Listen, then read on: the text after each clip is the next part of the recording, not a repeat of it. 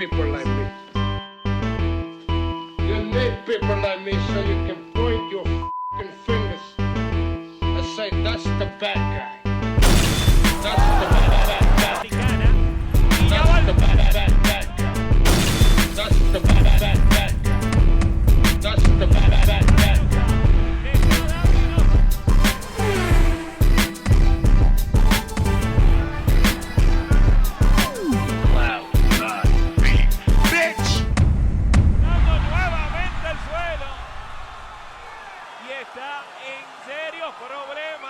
De la noche, Stephanie Piñeiro.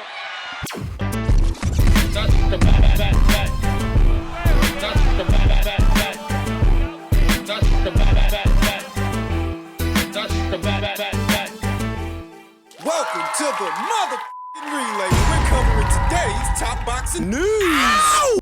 We keep leveling up. And this fight's going to be no different. We're going to see another level that you haven't seen yet. We're going to see things I haven't done in other fights in this fight.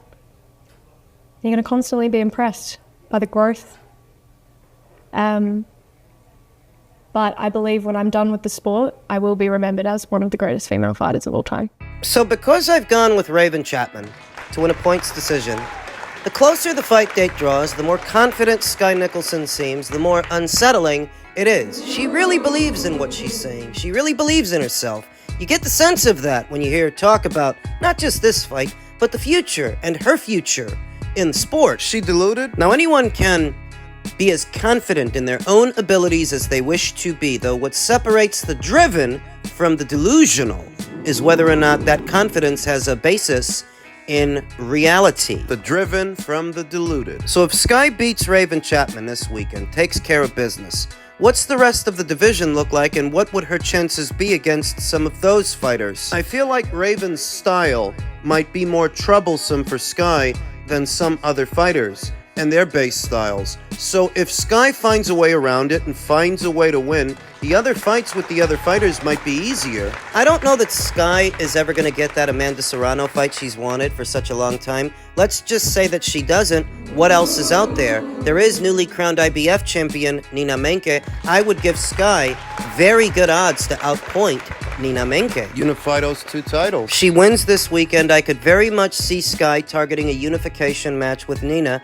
and I think she would win. The other two alphabet titles at the weight are in possession of Amanda Serrano, but it's conceivable that she could end up vacating those titles too. Two new champions could be crowned. Two new champions for Skye to challenge. Skye Nicholson hopes to amass a GWOAT-level resume. Greatest woman of all times, or at least one of the greatest women boxers of all times. When you think about the depth of today's women's featherweight division, there's just so much there. Vegemite. Skye's vision is within arm's reach. When you think about the depth of the division, Skye's chances against many of these fighters... Frosty boy. I mean, I would give Skye Nicholson good odds to beat, say, Tiara Brown or Sarah Liegman, because she's younger and fresher and faster than Tiara, and she's further along in her career. She's more maturated than Sarah. Prima. Where things are now, where Skye is in her career compared to her amateur rival, Karis Ardingstall, I think if they fought right now, you could give Skye the edge because she's further along.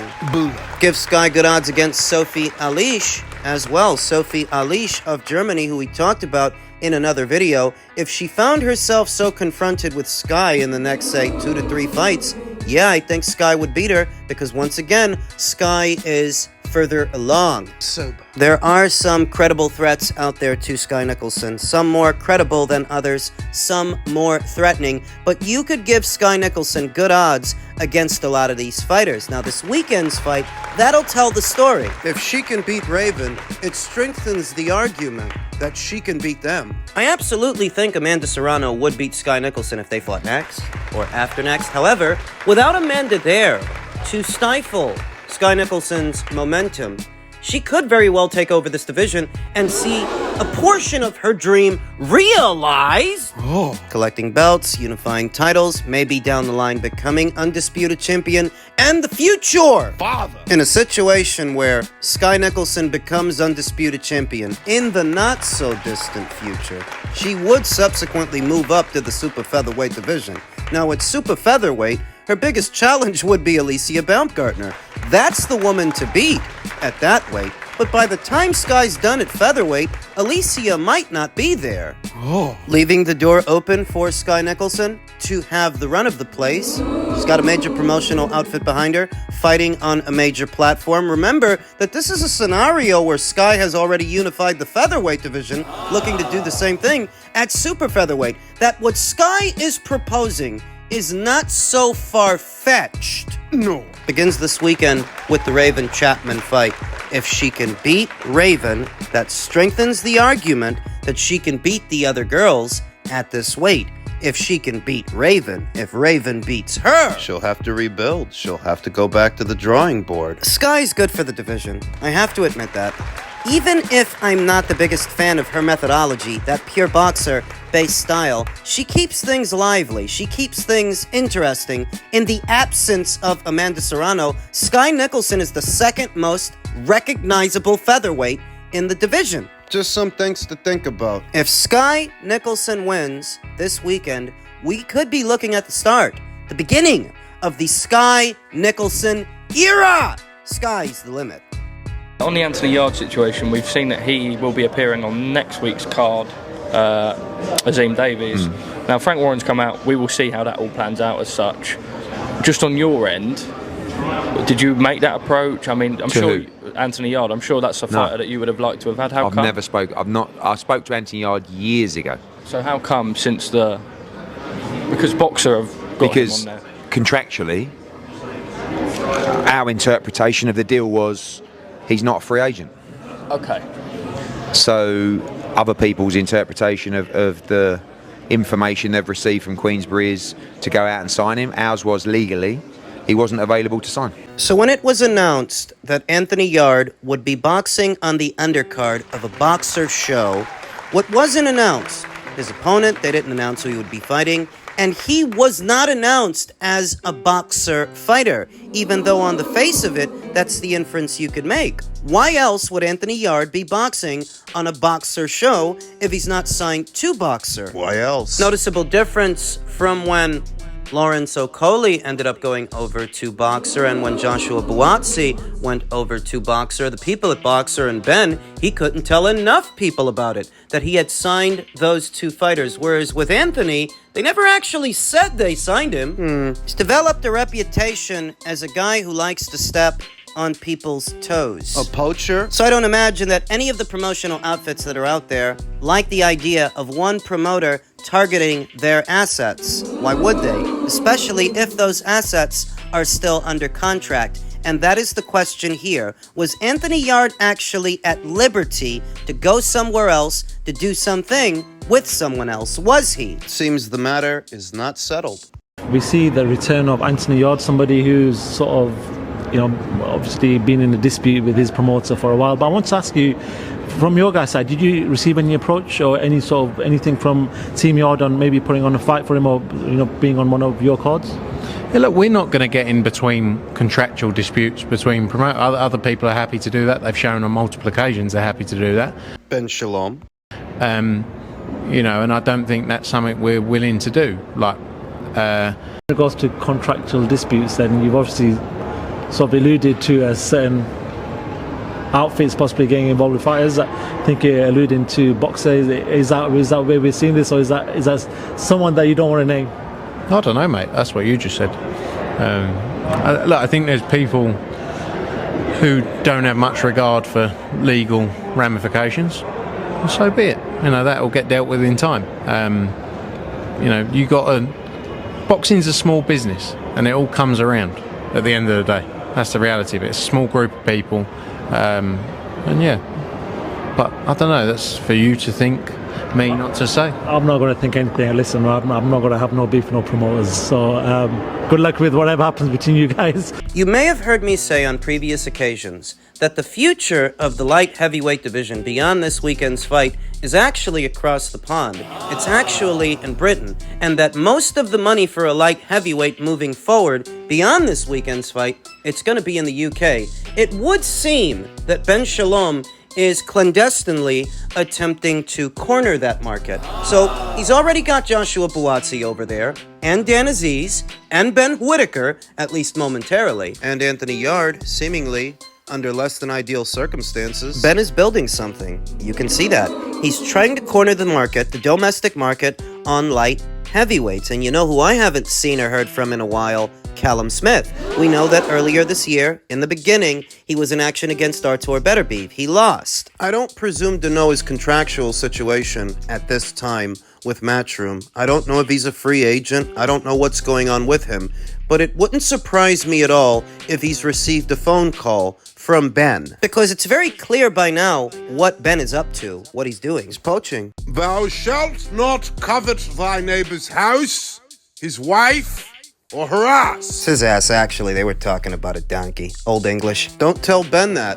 It seems that what Ben has been doing is coveting other promotional outfits as fighters. And on that premise, it wouldn't surprise me at all that Callum Smith might end up over there with the rest of the British light heavyweights, because I reiterate, all the money moving forward in the light heavyweight division, it's going to be in Britain.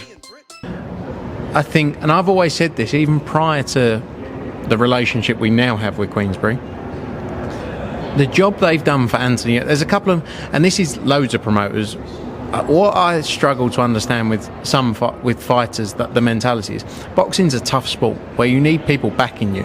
And I think what they've done for Anthony Yarde has been unbelievable. Just like what Queensberry have done for Daniel Dubois. You know, I think they've done a tremendous job. And we talk about loyalty in the sport, and look, at the end of the day, it's a short career. You need to maximise your earnings. I get all that, and I understand that. But at the same time, I think you only have to look at, if a fighter ties themselves in with someone, not saying contract, but says you're the person for me, they will do anything for you. You talk about loyalty. I did. How Queensberry Promotions stood by Anthony Yarde during all his ups and downs. When he got knocked out by Sergey Kovalev, when he dropped a decision to Lyndon Arthur, he was stopped again by Artur Beterbiev. They actually got him not one, but 2 rebound fights, too. They didn't treat him like scrap metal. They didn't cast him aside to the scrap heap. Based on the contractual dispute that we saw play out earlier this year, at least according to Queensberry, he's still one of their fighters. According to Queensberry, not according to him. Loyalty. I'd say that Queensberry have been good to this fighter, loyal to this fighter, gotten him not just 1, but 2 world title opportunities, and when he faltered, they didn't cast him aside. They got him not 1, but 2 rebound fights. They stood by him. He didn't stand by them. Why? Money. Same reason Joshua Buatsi and Lawrence Okoli didn't stand by Matchroom is the same reason Anthony Yarde isn't standing by Queensberry. Money. Time might come when Callum Smith's loyalty might be tested. I've heard it more than once on previous occasions that Callum Smith wants a lot of money every time he gets out there, which is why he hasn't gotten out there more often in the past. With Ben Shalom, potentially, whispering sweet nothings in his ear. Like he did to Lawrence, like he did to Joshua, like he's likely done to Anthony Yarde. People see these situations and act like all the loyalty is supposed to come from the promoter and none is supposed to come from the fighter. That the fighters get to do whatever they want, they get to make off like bandits, scam and scheme behind the promoter's back, the promoter who invests money in these fighters' careers to get them off the ground in the first place. Dirty business. Make of that what you will, though if you insist on operating on the wavelength of an Anthony Yarde, you better make damn sure you're free to do so, because Frank Warren, he's actually got a pretty good record in the courts. And so, we'll see how this plays out. Finally, elsewhere in the light heavyweight division, Artur Beterbiev is feeling young and finally healthy, ready to go 12 rounds against Dmitry Bivol if he has to. Staying healthy during the height of his career has been a painful process for Artur Beterbiev, but the 3-belt light heavyweight champion is promising that he is prepared and repaired for his undisputed title fight against Dmitry Bivol on Saturday night in Saudi. The bout between Beterbiev and Bivol was originally supposed to take place on June 1st, but Beterbiev suffered a ruptured meniscus in training. "I am healthy," Beterbiev told Boxing Scene. "It feels good to be very close and almost there. It's not a big challenge, it's normal. Everyone gets some injury. Sometimes you rehab well and sometimes you don't. This time we did well." A testament to Artur Beterbiev's dominance, a testament to his violence. As injury-prone as he has been the last few years, a regular occurrence that Artur Beterbiev suffers an injury either en route to a fight or after one is that in spite of the injuries, a lot of people are still picking him to win. I believe he is the betting favorite with the bookies. When you have injuries, you do some modifications in training camps. We did some different things and good things that are much better now. I feel that I am young. Not like 29, but I am young. The 39-year-old Beterbiev has been plagued by injuries in recent years. 4 of his previous 6 fights have been delayed due to health issues. In January, Beterbiev scored a 7th-round stoppage against Callum Smith, but the fight had originally been postponed because Beterbiev needed dental surgery that led to a bone infection in his jaw. Once the opening bell sounded, whatever was going on in the build-up didn't matter. Artur was Artur. Artur stayed in character and stopped Callum like he's stopped everyone else. Is he gonna stop Dimitri? For what it's worth, it's not hard to imagine how Artur might win this weekend's fight. It's actually a bit harder to imagine that Dimitri can go all 36 minutes, all 12 rounds with this monster. Perhaps that's why he's the favorite going in? Perhaps. I rate Artur Beterbiev, the #1 light heavyweight in the world. I feel that he has fought more of the somebodies in the light heavyweight division than Dimitri. He took the title away from Alexander Vajdik, from Joe Smith Jr. Dimitri might be the one with a high-profile victory, a signature victory over Canelo Alvarez, a more high-profile fighter than anybody that Artur Beterbiev grinded down. Fought so far, but that high-profile victory, that doesn't make Dimitri the #1 light heavyweight to me. No, #1 is Artur. Dimitri has to change that. We'll see why Bivol is the best opponent I've ever faced. We never know who's the best. We'll know after the fight, said Beterbiev. He has great experience and is a good boxer. He is a good challenge for me. We prepared for different things and different scenarios in the fight. We are always trying to be ready 100%. I'm not worried about critics. I'm only worried about my fight, and I try to do that only. I never make predictions for a fight. I'm a simple boxer who tries to do my best. We're always prepared for 12 rounds. We do the maximum.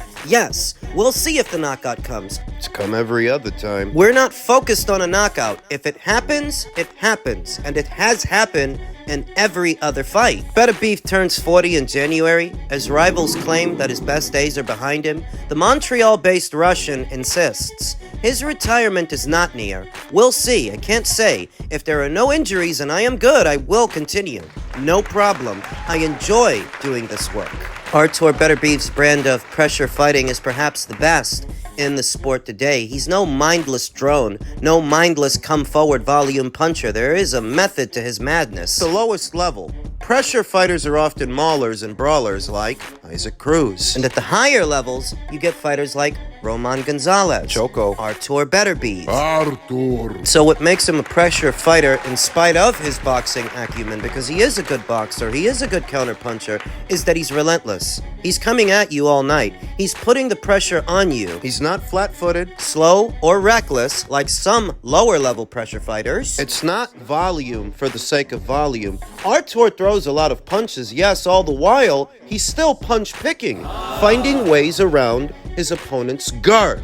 Upstairs, downstairs, up the middle. The average pressure fighter, volume for the sake of volume, just throwing and throwing. Throwing shit at a wall, hoping something sticks. They're quite content with that, whereas Artur, he actually picks his punches. He's good at that. The mythos of Artur's power, I'm sure you've heard about it by now. Pow! So good. It's hard not to pick Artur Beterbiev to win this fight.